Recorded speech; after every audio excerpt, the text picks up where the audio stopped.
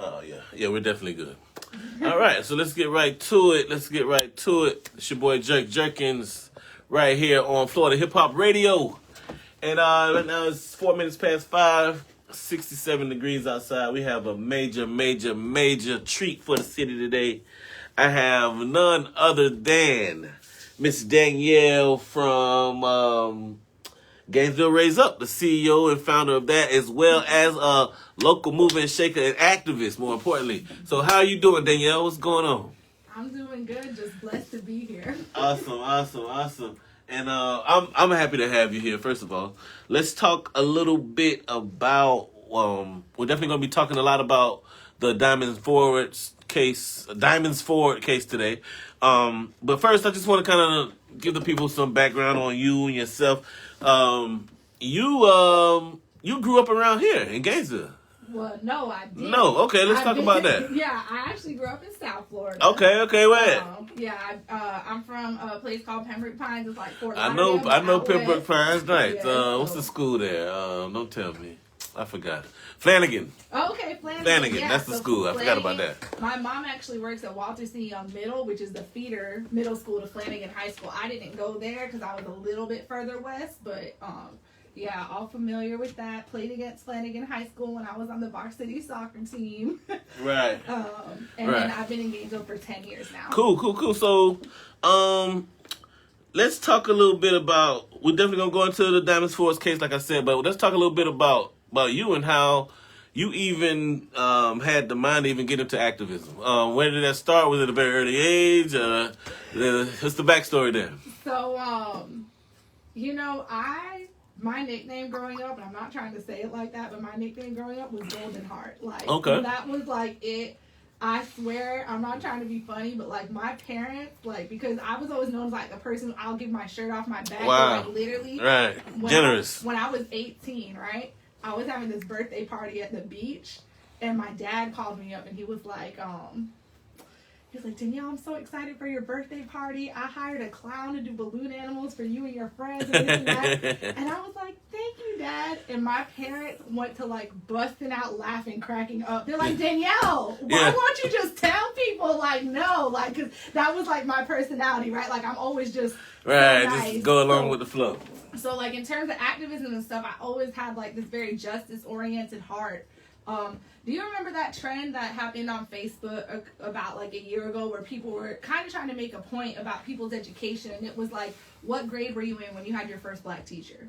Okay, yeah, I do. I remember thinking about that, and honestly, I feel really blessed because I actually had a lot of black teachers at an early age. My first black teacher was my kindergarten teacher. Nice. She still teaches at that elementary school. I went and dropped in about a year or two ago on her, and still teaching there, looks the same as she did 20 years ago. Wow. But, my mom always liked to say, that like I came home one day like distraught, 5 years old, like crying my eyes out because I had this teacher and she made it like really important to teach us what was real and stuff. And my mom said I came home and I was like, Mom, they treated them so bad, and they made them drink from dirty water fountains. I can't believe it. And I was just hysterical because of like the injustice that was there. So I feel like I always had it in my heart, the idea, I have like really strong values about what's right and what's wrong and justice and this and that.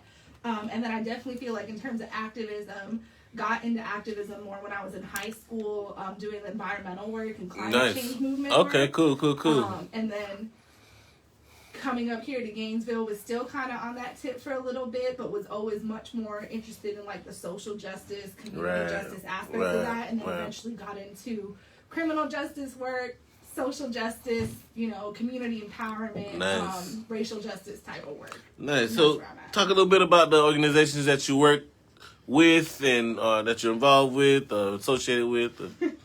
Yeah. How do you want to put it? Yeah, no, I do like a lot of work. So I am a prison abolitionist. So, deep abolition values. And, a lot of times people hear the word prison abolition and they're just like, what's the first thing? What about the rapists and the murderers? Right. First thing that comes everybody's mouth. And, I feel that, right? The idea around prison abolition, though, is that it's a philosophy. It's a way of thinking, right? It's this idea that prison and incarceration is not the answer to society's problems. Never been. Right? Never has been. You know, people want to jump to the worst possible thing, but the idea is that like majority of people in prison are not in that category. That's a separate conversation. But what about everybody else? And like, how are we addressing issues? You know, that's real.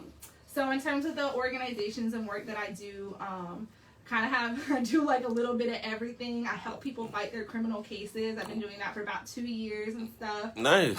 I was able to bring my boyfriend home. He was actually facing a minimum mandatory of 6 years just per his score sheet. Wow. He never went to prison. He's sitting at home right now. Nice, nice. Shout out to him. Love. I try to help. I have about 23 cases that I'm working on actively right now. I work with a group called Florida Prisoner Solidarity, which does direct support to people who are incarcerated in Florida's prison system. And, you know, we just try to communicate with them, have an understanding of, you know, the conditions they're facing, provide direct support, you know, push back against, you know, the oppression that we can push back against, and just, you know, be there for them and in solidarity with them. Wow. It's prisoner-led. And then I also... doing work with actually a few organizations. I work with an organization called Change Comes Now. That's pretty recent. Okay. It's ran by a formerly incarcerated woman who used to be at Lowell Correctional, in addition to a few other correctional facilities, and so doing work with them, and they do direct support really for women, incarcerated women. Right. So that's another avenue. And then doing work with Dignity Power. So Dignity Power is known as the org that passed the Dignity for Incarcerated Women's Act, which was about getting menstrual products, you know, into the prison. Right. Okay. And they also passed the Tammy Jackson Act last year. This year they're working on some more legislation. And Dignity Power is the org that is holding space for Diamond's Ford right now. So lots of different stuff going on. That's what I was going to segue into the next thing. So Dignity Power is the organization that you're doing work with for the Diamond's Ford case. Absolutely. So let's talk about the Diamond's Ford case. Can you give us all the general basis of what happened on September 28th? Yeah, absolutely. So September 28th, Diamonds is asleep in her home, you know, innocent, sleeping. It's 8 a.m. Wow. You know, she was up late the night before. She was at a funeral. Wow. Okay? She wakes up to the sound of shattering glass.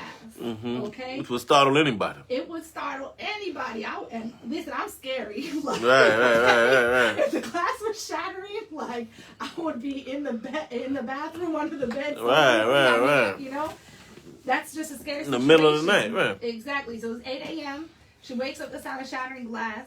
She grabs her legally owned firearm. Say that. And she shoots out the shattered glass, shooting out towards where she thinks people are breaking in. Fire gets returned to her, right? So she could have died. She retreats to the bathroom and she calls 911.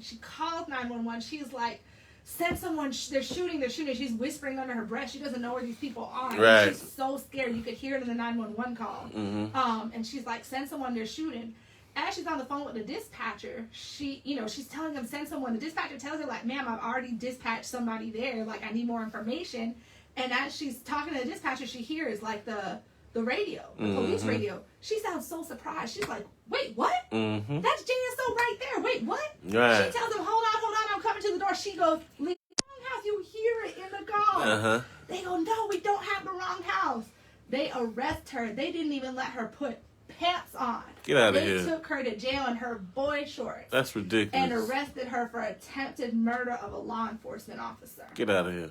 So, you know, there's a lot of things, you know, when you dive into, I don't know if you want me to do that now, but about, like, what's wrong with this.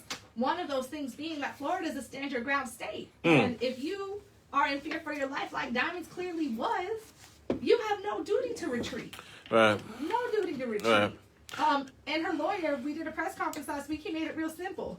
You don't shoot the police and knowingly shoot the police and then call the police to come. Right. It doesn't make sense. That's not in the criminal handbook. Exactly. Now, the reason why you're able to tell this story so certainly and with so much accuracy, because this was all covered on the this was her discovering the cops were there is actually captured on the 911 call. Yeah, so talk about that a little bit, please. Yeah, so the 911 call was recorded. You could find it online at SoundCloud. I don't know if maybe we could play it for people a little bit later. Right, definitely. I have myself. I definitely have to download it, but I can play it later. Yeah. So, but yeah, it's recorded, and it's just very clear. For me, you know, I think what happens is in this world, people, they want to reinforce their own idea. Yeah. Right? Yeah. But I don't understand how you can listen to that 911 call and not think that this woman feared for their life. I mean, and you know, you think about all these things that have happened, all these names that are hashtag that we know, and people always want to come up. There's always like one thing that they want to harp on, you know. You know, this person was a criminal in the past, or why didn't they do this? Why didn't they do that? You can't say that about Diamonds. Diamonds doesn't have a criminal history. Not at all. You can't say, well, why didn't she call 911? She did.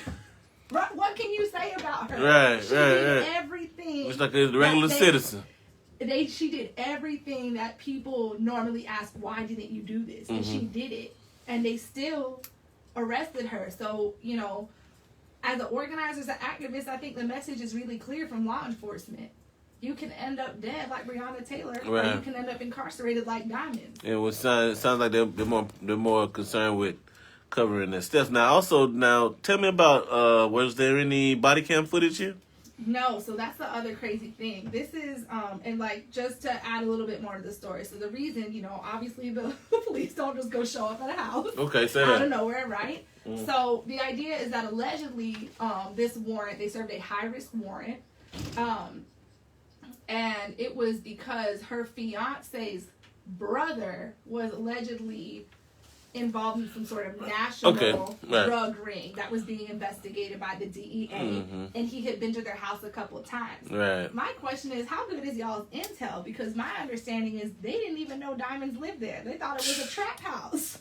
He did the fiance's brother didn't even live in that house. He had just been there a couple of times, but that was enough for them to get a warrant, you know, on the house. Makes you question the entire way this whole thing works here. Exactly. So anyways, there was over 30 officers on scene, DEA, JSO, SWAT, and not one body camera. That seems impossible. It does seem impossible. Right? But that's the story we're getting here. Now, her fiance, Mr. Anthony Gant, they charged him as well. Yeah, they charged him with the same charges. So I do want to add on. So she was charged with attempted murder of a law enforcement officer, and they also charged her with armed possession of marijuana. Right. Oh, armed possession. Armed possession. So that mean the weed came with a gun. Because she had a gun on the premises, right? Yeah. I'm really just trying to point out how ridiculous that sounds. It is. And my whole possession of marijuana. Get out. I'm not trying to. I don't recall, so I don't want to misrepresent facts. I don't recall how much marijuana was recovered. What I will tell you is it was measured in grams, not pounds. Right. How much could it possibly have been? Yeah. Like, I mean, seriously, and my whole thing is, okay, yeah, weed is not recreationally legal here. It's recreationally legal in other states. It's medically legal here. Nation's capital is recreationally legal. Why are we wasting resources on coming after people selling weed? It seems we have better things to be doing. So you would think so. But they charged the fiance with the same charges, and he didn't even shoot a gun. Wow. I heard from the cops. The cop was accusing them of passing the gun back and forth, which sounds ridiculous as well. That you'll be able to see something like that while in the middle of something like that. I do want to ask: because we're requesting for these charges to be thrown out. Absolutely. For both the fiance and so tell me, how can regular citizens? I've seen the hashtag, which is hashtag Free Diamonds 4. Yeah. But how can we, donate? How can we help? Can we call the state's attorney? What can we do here? Yeah, there's actually a few different things that y'all can do. So, one, there is a GoFundMe up for Diamonds. So if you want to support Diamonds, which we got her free, but there's still housing costs, transportation costs, reacclimation costs, There's just a lot of things that go into that. So she does need the financial support. Donate to her GoFundMe. You can look it up. You could just Google GoFundMe and Diamonds 4. It'll come right up. It'll come right on up. I will also say this, though, too. If you're interested in supporting these efforts, make a donation to Dignity Power. And help support the organizing efforts. Because I will say, I do this as a labor of love, But it costs money. It do cost money. I've been driving back and forth to Jacksonville 2-3 times. That's just the nature of it. It is a lot. So helping support the organizing costs, I think, are important as well. Especially because there's some bigger picture things that we're working on. This is not just diamonds. It's about the larger policy issues. It's about the idea that, no-knock warrants are illegal in the state of Florida, yet y'all can exploit loopholes in the law and serve a no-knock warrant, like what happened at Diamond's house. And you mentioned off air, JSO having a bit of a history here concerning just protecting black women in general and the run-ins with that particular sector. Yeah, so again, talking about bigger picture things, Florida, like I mentioned before, is a stand your ground state. Yeah. We're the best known state for that. Exactly, right? And there's a few cases that have happened here in the state of Florida that make stand your ground famous. But you also have to think about who stand your ground works for, who that law protects. It's supposed to protect everybody, right? The idea behind laws is equal protection under the law, but we know that's not how the law functions. Yeah. And particularly in Jacksonville, I think black women have been sent a clear message that stand your ground does not apply to you, because Marissa Alexander's case happened in Jacksonville. Yeah. And she was told she cannot stand her ground, and Diamonds has been told that she cannot stand her ground. Right. So this is not a law that functions for everybody, and it's especially not a law that protects black women. So there's changes that need to be made in regards to that as well. You got any thoughts on the reason why the judge would set a bond at, what was it, $535,000? What's the rationale there? Working, doing the work that I do, I sit through a lot of court dockets. I sit through a lot of bond hearings and stuff. I don't want to try to project what the judge is thinking. What I will say is that Florida is a very red state. We have a lot of very conservative judges. We have a lot of conservative judges that have backgrounds in prosecution. I'm not saying that's the case for a Diamonds judge, because I don't know. Right. I think that there's a lot of unconstitutional use of bond in the state of Florida, because when it comes to setting bail and setting bond, what they should be looking at is, are you a flight risk and are you a danger to the community? I don't think either of those things apply to Diamonds, because Diamonds shouldn't have been arrested in the first place. She didn't break the law. She was literally in her bed. She was in her bed. It was an illegal arrest. She should have been protected by the law. Right. Sometimes, right, it's really, when you think about it, right, we think about, okay, you hear these calls for defund the police, this and that. But the police, for me, is just one cog in this giant wheel of the prison industrial complex. The police play a part in it. The state attorney plays a part in it. The judge plays a part in it. Absolutely. They're all a part of the assembly. No, you're right. And then the whole prison system itself, whether it be private or publicly funded, it's all a part of that. So exactly. I totally agree. So they just, in terms of why she set that high bond, I would just say, she's playing her part in the system. That's all I will say. Right. And you mentioned that Miss Forbes was shot at herself. Yeah. So was there any kind of legal repercussion there as far as her filing some kind of not self-defense, but attempted murder charge? Is there any legal ground there? Because it seems like, if they're saying that it's attempted murder there, it seems like, I don't know, maybe I know nothing about the law yet. Yeah. So I'm just asking. I'm not a lawyer as well. Right. I can't really speak but it to seems kind of weird that she was shot at herself. Mm-hmm. I don't know. Maybe I'm wrong. Maybe I'm off base there. I'm with you. And I think, when we see this case come to the resolution that it should come to, I wouldn't be surprised if there is civil action taken. Right. Is there any way to? I've seen that you guys are doing protests up in Jacksonville. Mm-hmm. I don't know if you guys are doing them daily up there, but is there any way that people can maybe call the state's attorney or something like that? Is that something that people should do as well? Yeah, so we are asking for people to email the state attorney, call the state attorney's office, tweet at the state attorney's office, drop a comment on Facebook. We want to be up in their face. Ain't gonna rise up, baby. Exactly. Yeah. Dignity, power, protect black women. Because, these people also are politicians, right? Melissa Nelson, the state attorney, she's an elected official. And like I said, she's a cog in the wheel. Right now, we feel like she's doubling down on the wrong side of things. She's doubling down with the police and the system. What she should be doing is doubling down on protecting the community, protecting her citizens. Yeah. If she was doing that, she would recognize Diamonds Forward as one of her constituents, Mm. and she should be more interested in protecting diamonds than protecting this carceral system. Right. So we just want to put that pressure on. Sometimes we've learned, you know, like we saw out in Louisville, like we saw in Minnesota, when you put that pressure on, it's, you know, these people will fold because they know what's right and wrong. That's real, and that's like the one thing they respect. You got to definitely solidarity, and you got to be able to put the power behind it. Because we can't just rely on we can't imagine that one day they'll wake up and just do the right thing. You know what I'm saying? It would have happened a long time ago. Well, hey man, I definitely want to give you some time, the floor to maybe I don't know if you.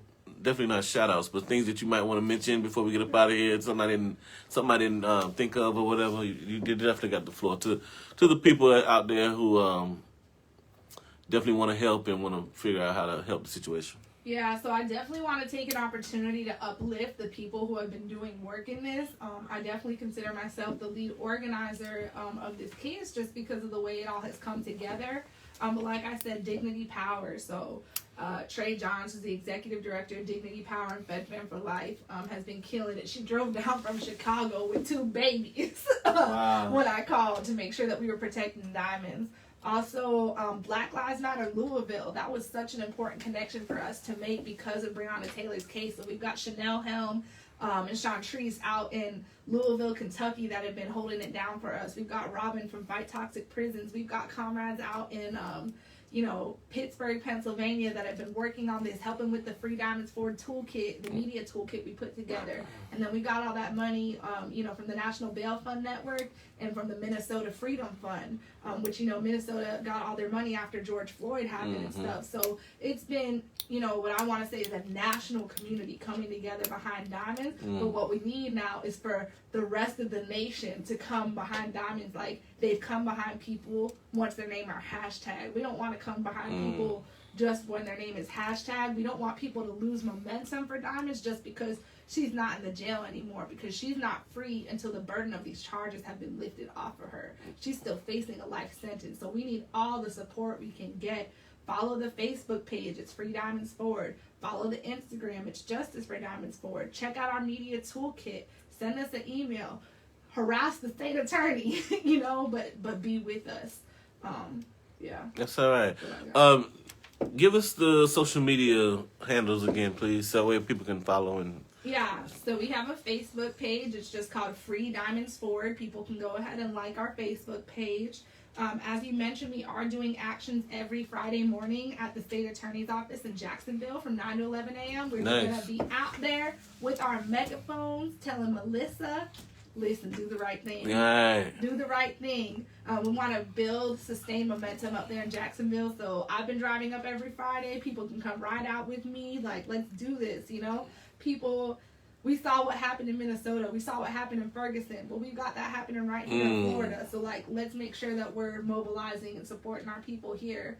We also have the Instagram. It's just at Justice for Diamonds Forward. So follow the Instagram. Nice. And then, we're going to be putting calls to action out there so people can kind of see what we're trying to do and make some moves and know that it was an effort. All of us came together to protect this woman. That's all right. Well, hey, man, thanks a lot for coming by. We got Danielle from Gainesville Rise Up, but most notably from everything else. So shout out to you, man. I really want to, I just want to give you a thanks on behalf of the community here from Florida Hip Hop Radio. And we definitely will stay abreast of anything that we can do up here. Please let us know. And again, thanks for coming in. Hey, we're going to get right back to it, y'all. We're going to right back into some music. Keep it locked right here on FloridaHipHopRadio.com, y'all.